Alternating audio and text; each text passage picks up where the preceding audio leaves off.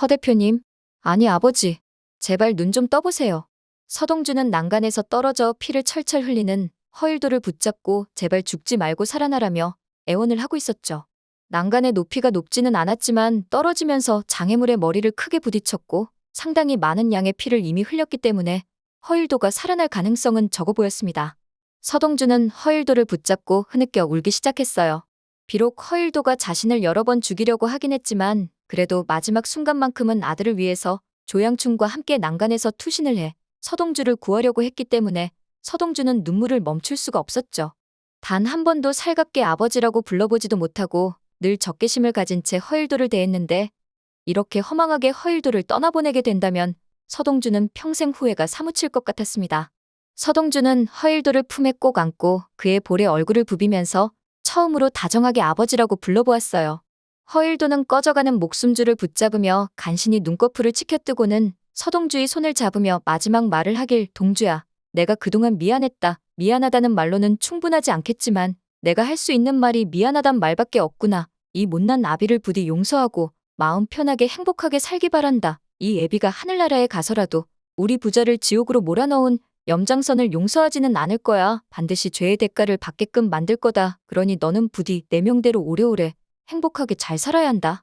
허일도는 마지막 말을 하고 눈을 감았고 서동주는 허일도가 죽은 건가 싶어 그의 심장에 얼굴을 갖다 대보았습니다. 하지만 서동주는 허일도의 심장이 아직 뛰고 있는 것을 느꼈기 때문에 이대로 허일도를 포기할 수는 없었죠. 그렇게 서동주는 허일도를 들쳐업고 대산병원에 가서 응급치료를 받으려다가 자동차에 타기 전 주차장 한가운데에 우뚝 멈춰서서 생각이란 걸 하기 시작했습니다. 서동주가 나지막한 목소리로 혼잣말하길, 오늘 우리 셋이 약속이 있다는 걸 아는 사람은 나와 허 대표님 그리고 차강천 회장님 이렇게 셋밖에 없었는데 어떻게 조양춘이 알고 내 집으로 찾아온 거지? 설마 차강천 회장님이 일부러 허 대표님과 나를 속이고 이곳에서 우리 둘을 없애려고 했던 걸까? 대상가에서 술을 마시지 않고 내 집에서 술을 마시자고 한 것도 사람들이 없는 곳에서 허 대표와 나를 없애기 위한 차강천 회장님의 계획이었던 걸까? 만약 그렇다면 지금 허 대표님을 대산병원에 데려가면 오히려 더 위험한 상황에 빠질지도 몰라. 그래, 그럼 지금은 대산병원이 아니라 원배 형에게 연락해 외과 병원으로 가야겠어. 서동주는 배원배에게 전화를 걸었고 배원배는 외과 병원에서 서동주를 기다렸습니다. 배원배가 간호사 시절 친하게 지냈단 이유만으로 최근 응급수술에 계속 동원되는 선배 의사는 졸린 눈을 비비며 궁시렁대면서도 허일도 대표를 열정을 다해 수술하기 시작했고 허일도는 기적적으로 목숨을 구해낼 수 있었습니다.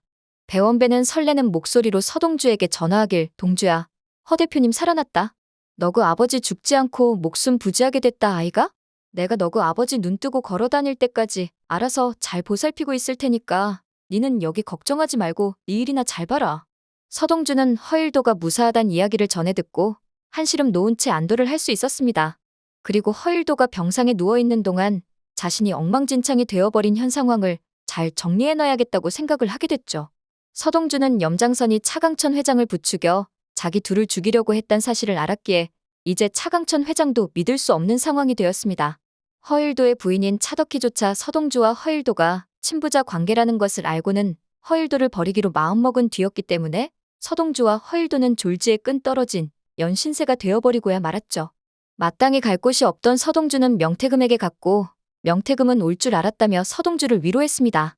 그런데 명태금은 서동주가 상상도 못했던 엄청난 물건을 손에 쥐고 있었으니 그것은 민들레 파일에서 힌트를 얻어 만든 개나리라는 파일이었습니다. 명태금이 흥분한 상태로 서동주에게 말하길, 동주야, 알지? 나 돈 되는 거는 다 아는 거. 지난번에 민들레 파일 보고 나니까 이런 파일을 나도 한번 만들면 돈 좀 되겠다 싶더라고. 그래서 개나리 파일이란 걸 만들어 봤어. 이 파일에는 오늘까지 염장선이 대화한 모든 내용까지 다 기록이 되어 있어.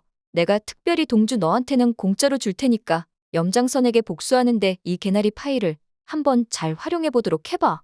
서동주는 명태금이 준 파일을 들어보았고 그곳에서 허일도와 염장선이 나눈 대화, 차강천과 염장선이 나눈 대화까지 다 들을 수 있었죠. 서동주는 개나리 파일을 차강천에게 들려주면 차강천 회장과의 오해를 풀 수 있겠다 생각해 개나리 파일을 들고 차강천에게 갔지만 차강천은 서동주를 집안에조차 들어오지 못하게 했습니다. 그때 허태윤이 서동주를 몰래 들여보내줬고 그렇게 서동주와 차강천은 독대를 할 수 있었죠. 아직 서동주가 죽지 않았다는 사실에 화가 난 차강천이 서동주에게 소리를 쳤어요. 서상무. 지금 서상무가 여기가 어느 안전이라고 왔어?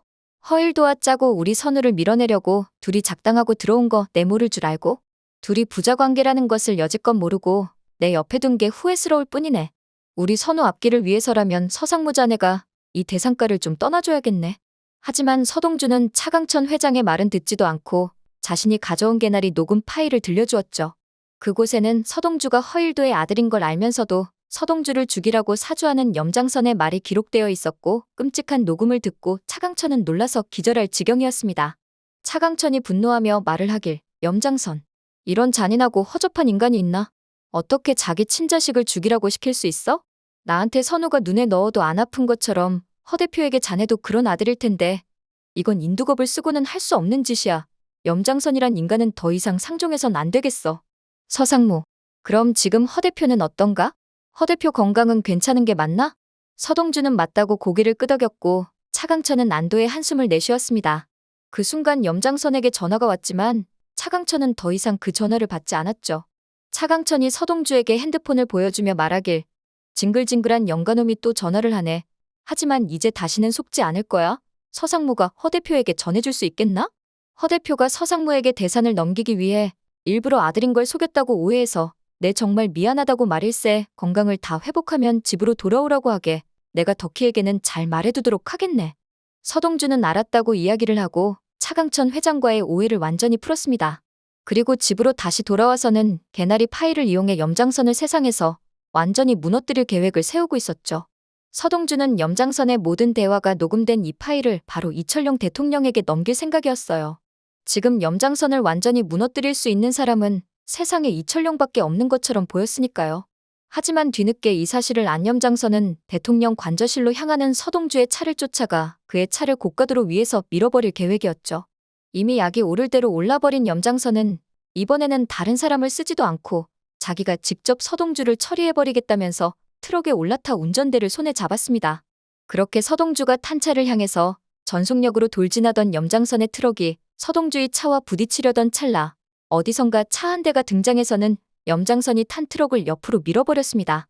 염장선의 트럭은 고가도로에 반만 매달린 채로 대롱대롱 걸려있는 상황이었고 염장선은 트럭에서 탈출하기 위해 애를 쓰고 있었죠. 그는 제발 살려달라고 소리를 질렀지만 아수라장이 된 도로 위 상황에서 누구도 선뜻 언제 떨어질지도 모르는 트럭 위에 염장선을 구하러 가지는 못했어요. 그때 트럭을 친 차 안에 운전자가 보였으니 그 사람은 바로 허일도였습니다. 염장선은 허일도를 향해 애절한 눈빛을 발사하며 제발 도와달라고 애원을 하고 있었죠. 하지만 허일도는 아들 서동주를 위해서라면 염장선은 이 세상에서 없어져야 한다고 생각했어요. 염장선이 살아나면 서동주는 죽을 때까지 마음 편히 잠 한 번 잘 수 없을 테니까요.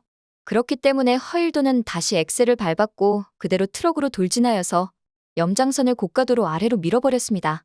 염장선은 그 자리에서 즉사하고 말았죠. 허일도는 그제야 안도의 한숨을 내쉬었습니다. 이제 아들 서동주를 위해서 할 수 있는 최선의 것을 해준 느낌이었으니까요. 비록 살인죄로 평생 감옥에서 살아야 할지 모르지만 허일도에게는 그런 게 중요한 게 아니었어요. 그때 서동주가 차에서 내려서는 허일도에게 달려와 걱정스러운 목소리로 묻길, 대표님. 괜찮으세요? 어디 다치신 데는 없으시고요? 차끼리 충돌할 때 크게 다치셨을까봐 걱정했어요. 무사하셔서 천만다행이에요. 아버지 몸도 성치 않으신데 왜 나오신 거예요? 서동주는 흥분 상태로 말하다가 아버지란 말이 자연스럽게 튀어나오고 말았고 허일도는 다정한 서동주의 아버지 소리를 듣고는 눈에 눈물이 그렁그렁 고이고 말았습니다. 방금 나더러 아버지라고 했냐? 난 너한테 아버지 소리 들을 자격이 없다. 그러니까 그냥 허 대표님이라고 불러도 돼. 서동주는 그런 허일도를 바라보면서 그저 어색한 미소를 지어 보였고 곧 경찰이 와서 허일도를 살인죄로 잡아갔죠. 하지만 서동주는 허일도가 감형받게 하기 위하여 염장선의 모든 대화가 담긴 개나리 파일을 가지고 대통령에게 갖고 대통령은 염장선에 대해 말하길, 아니 이런 인간 같지도 않은 인간이 있나. 이건 정말 악마가 따로 없네.